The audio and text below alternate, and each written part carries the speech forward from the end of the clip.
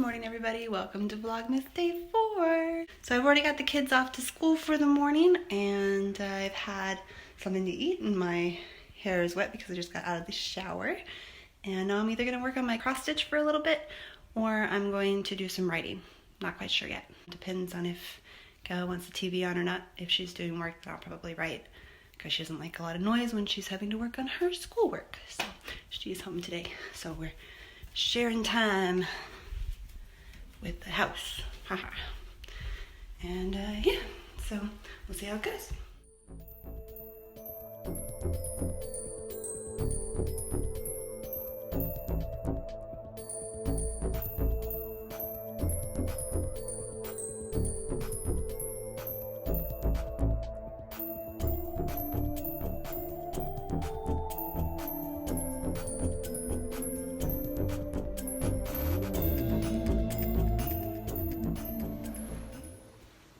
Hello again. So I've been working.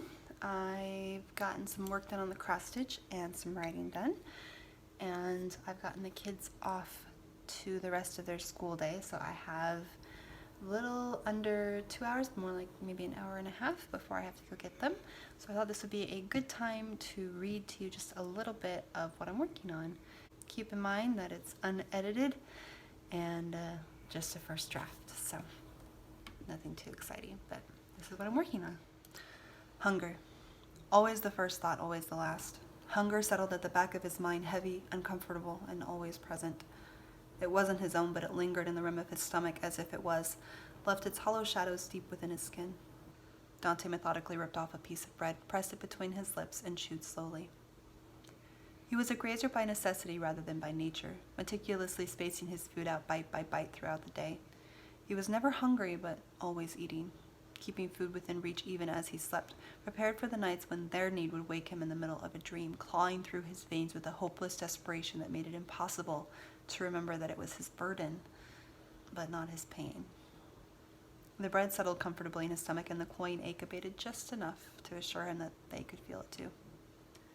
That was what mattered, and Dante followed it with a cube of cheese for good measure before he dusted off his hands and tucked the rest away for now. Across from him, settled on a well-worn surface of old stone, Collie was watching him. He didn't mind. Collie's eyes were as kind as they were sharp, and they lacked the confusion held by the eyes of so many others. Better, they lacked the pity that was left when the confusion fled. The vivid gold of her eyes followed his hands as the food was tucked easily away. No tremor, no hesitation, and she nodded, satisfied. "How are they today?" she asked, popping a sweet piece of red fruit between her own lips, a smile waiting at the corners of them. "They ate recently." He smiled at her, watched the way the smile went from waiting to full bloom, spreading bright and white against her dark face.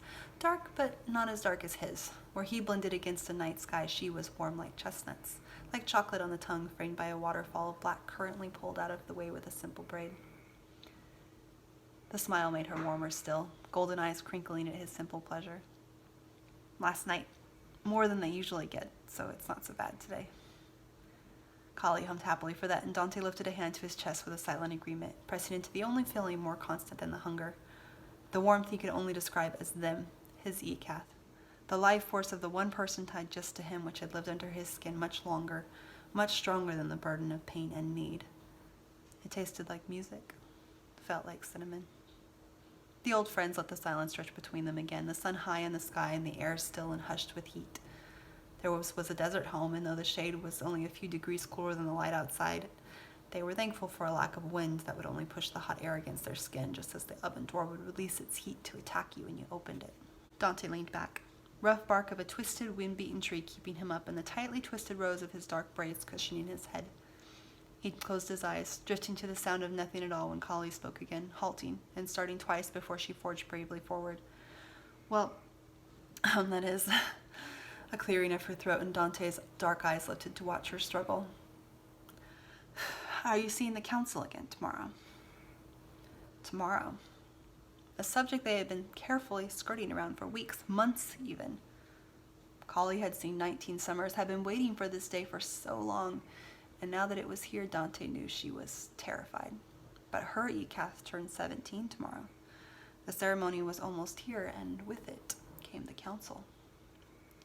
With a sigh, he nodded, fingers drumming against the bare skin of his stomach. "I have to try." try for answers, try for a chance. But Dante had been trying since before the hunger started, since he was 7, and he'd first known in his bones that something terrible had happened, that his Ekath needed him. If nothing else, maybe they finally found them. Maybe, Kali said. Her voice held less hope than his. All right, well, let me know what you guys thought of the intro to the story. Obviously, there's a lot of things that haven't been explained yet since it's just the beginning. Also, let me know what kind of content you'd be interested in seeing from me this month, since I'm going to be trying to make a video every day. I want to make sure that I'm kind of mixing it up a little bit. I do have several vlogs that have already been recorded from previous trips that I am working on adding some voiceover to, so those will be released throughout the month. I have 2 from Oregon, I have 1 from Alabama, I have 2 from France, 1 from my first few days here, I have 1 from wandering around the village here, and then I also have 1 from when I was in England. 1, maybe 2. We'll see how much footage I actually ended up with from England, but I took a whole bunch while I was in London, and then a little bit while I was down at Melly's house visiting them.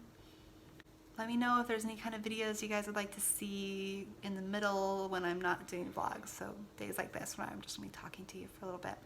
Don't forget to hit like, please. It really helps me out, and leave a comment. I love to know your thoughts and what you guys want, so please do that.